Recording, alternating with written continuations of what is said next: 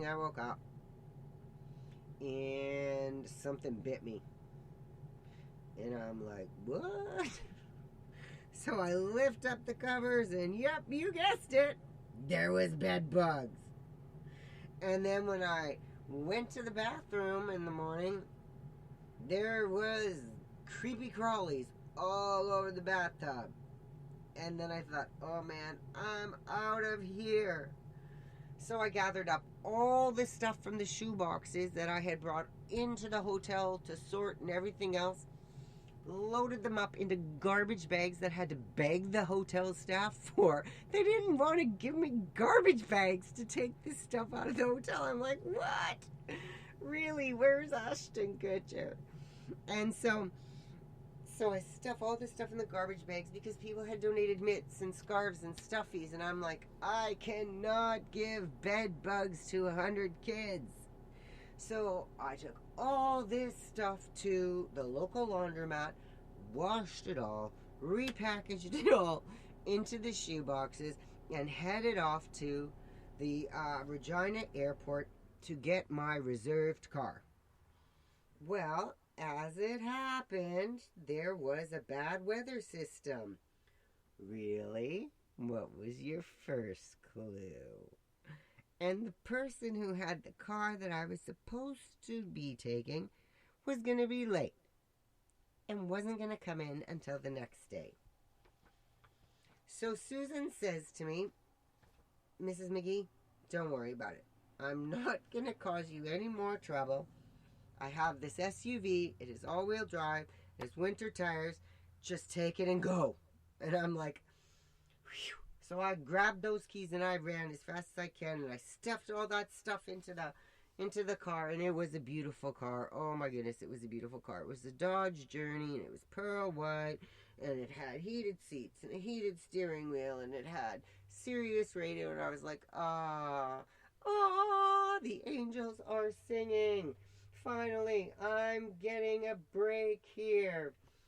Nope, not gonna happen. Then we got as far, we went down the road, towards Winnipeg, and we get as far as Moosomin, Saskatchewan, to a Tim Hortons. And I stopped for gas at the Tim Hortons, and I noticed, wow, there's sure a lot of semis here. And I get my gas, and I turn my car on, and the guy knocks on the window, and he says, hey, you're not planning on driving now, are you? And I'm like, yeah, of course I am. I got my gas. Here we go. Well, you know the highway's closed, right? Mwah, mwah, mwah. What? Yeah, the RCMP closed the highway because the weather's so bad, so that's why all the trucks are parked here. And yep, you got it. I spent the next 36 hours sleeping in a Tim Hortons gas station parking lot with 100 shoe boxes and a 3-pound dog, freezing my tuchus off and eating donuts for a day and a half until the highway opened up again. And the worst part was that they had this trucker's lounge, and it had TV and the internet and a shower and blah blah blah. And I'm like, okay, cool, no worries. And I thought, if you got to be stuck somewhere, this, not so bad. So went back, after I got my gas, I found a really cool place to park between the building and a semi, so the wind didn't blow me off the road. And then at about 11:30 at night, needed to use the little girl's room. And guess what? You had to have some kind of membership club to use the bathroom after 11 p.m. I'm like, what? Get out of here.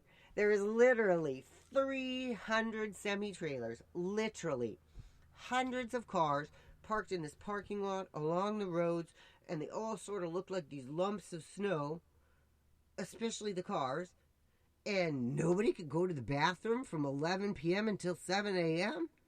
Whose brain surgeon of an idea was that? So, that was an awfully long, cold night. The next morning, they opened up the road and made it to Winnipeg, but by then I was way too late to drive it myself through the for the rest of the way, and all sorts of hoops had to be gone through, mostly by I Love First Peoples, to try and recover. And God bless them, they made it all happen. And I just can't say enough good things about these people, because boy, if I'd have had to put up with me through this journey, I would have given up a long time ago. The expenses that were incurred were now up into the thousands for this event. They never returned my emails for assistance. They never responded to any of Susan's calls. I sent them this letter that I just read to you, and even though I was adding to it, I sent that to them on December 5th. I got no response from them until December 22nd. And then here's what the letter says, and I'm going to wind it up quick here because I've got something fun to share with you. Thank you for contacting us. I appreciate the opportunity to review your concerns. Please be assured we understand the importance of this trip and sincerely regret the inconvenience you incurred. As a service-oriented company, we rely on customer feedback to help us maintain and improve our service performance standards. Well, have I got some comments for you. The information you have provided is very important to us since it tells us how our various locations are doing and where improvements are needed. Yeah.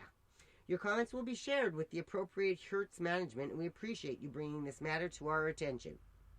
We have contacted the location for further review and have been advised there was no advanced reservation for this rental. That's because the website didn't work. BT dubs. We were also advised that the renting location was not aware of your destination, or that snow tires were mandatory for the rental. Remember that big conversation I had with her? Yeah, I call ball cookies. We have confirmed vehicles equipped with snow tires are available at this location, and an additional fee must be requested. Well, I don't know how much more requested a 20-minute conversation could be. Based on the information received from the renting location, we regret we are unable to meet your request for a refund of the out-of-pocket expenses incurred due to the inclement weather. We hope you will understand our position in this matter. We do value your business and hope to have the opportunity of being able to serve you again. Now, what are you thinking? What are all of you out there thinking? Me too. So, me being me, I just couldn't help responding to this. And the part I forgot to tell you through all of this was right from the word go, when I was blogging into my recorder from the beginning, making all these wisecrack jokes to myself because I think I'm hilarious. I started recording every single conversation, every single phone call, and every single interaction with every single person from this company and anything having to do with this fiasco. So everything that I'm saying is corroborated in their own words and in their own voices by my little friend. Okay? So here's what I replied on December 23rd. Dear Monica M., that was the nice lady who just told me to basically go fly a kite. Thank you for your prompt response. I was wondering if you'd be kind enough to provide a few clarifications and allow me to provide a few comments in the hope you will reconsider your decision, as there appears to be some errors in fact that led you to your conclusion. 1. Does your judgment mean that you will not be forgiving the rental costs or reimbursement of at least 2 of the hotel costs as were previously verbally promised by managers recorded by me and are reflected in your own files? 2. There must be an error of recollection of the Victoria stuff. That's a nice way of saying they're full of shoot. There was 3 people and 2 other corroborating folks who were aware of the initial discussion request for snow tires expressly given by me at rental. I'm sure they speak with a lot of people and it's just an error. However, the subsequent audio recordings are irrefutable in regards to their clear understanding of my request and an ultimate failure on your behalf to provide nor accept responsibility for this poor decision making. I believe, given consideration of these statements, that it should lend itself to reconsideration. And 3rd, I would like to understand your comment in paragraph 4 in regards to last-minute rentals. Is that statement to be interpreted in that walk-ins are given a lower level of safety care assurances and customer service than others? Why else would, when I booked it, be of relevance or not? Why would when I book it matter? For the record, I tried booking online and the webpage kept crashing. That is why I went in the night before to pick up and ask about tires and ensure availability. I was really surprised by your response, and I hope this gives some clarification, as I'm really hoping to resolve this in a way that gives no reason for further action or stress. Thank you, Christine McGee, a.k.a. Magooz News. That's me. So that was how my Christmas holidays. Do you feel better about yours, or how my Christmas holidays went? Do you feel better about yours? Because that's a little hard to beat. And another thing, that was really crappy about 2016 that people are commenting about are so many celebrities have passed away. And one in particular that I would like to bring to note was the guy who was the voice of Daffy Duck. Yep, Daffy Duck. However, good news for us, because before he passed, a relative of his came into the studio and recorded something very special just for us here at Magooz News. I'm gonna post the lyrics to this award-winning song online after the show here. So if you can't quite understand it, because it is a duck, you will be able to hear it or to understand the words, because it is a great song. It is hilarious, and I hope you enjoy it. I wish you all a fantabulous New Year's. Remember how many times you get sidetracked on the side of the road. Just laugh it off, because guess what? Another snowstorm's coming in. There ain't nothing you can do about it. So come back every week. Join us again. Thank you for starting your weekend here with us at Magooz News.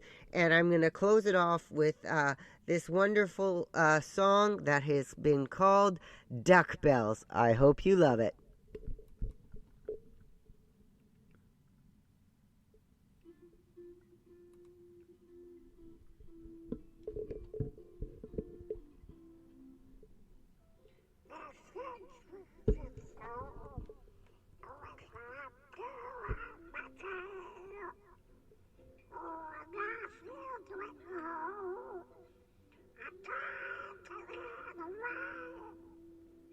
Shots fly by ice cream.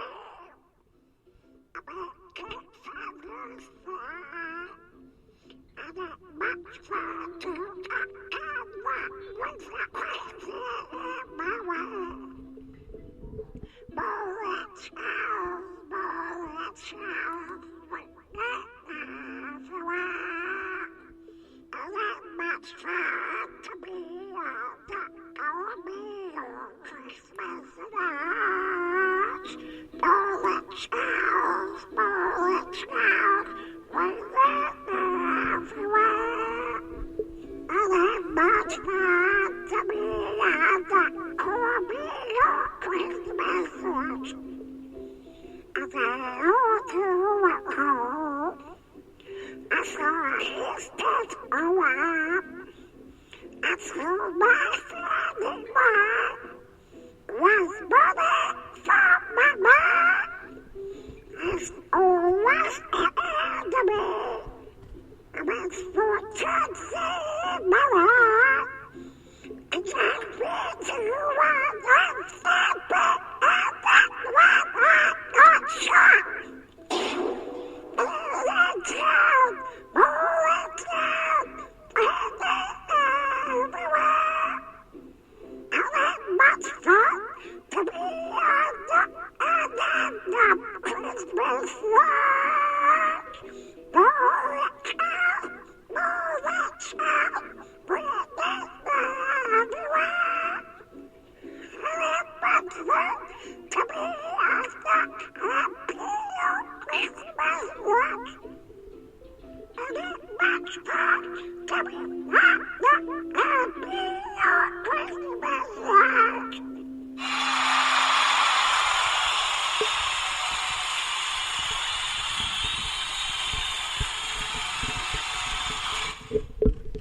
This broadcast of Magooz News was performed in front of a live studio audience. That's all, folks.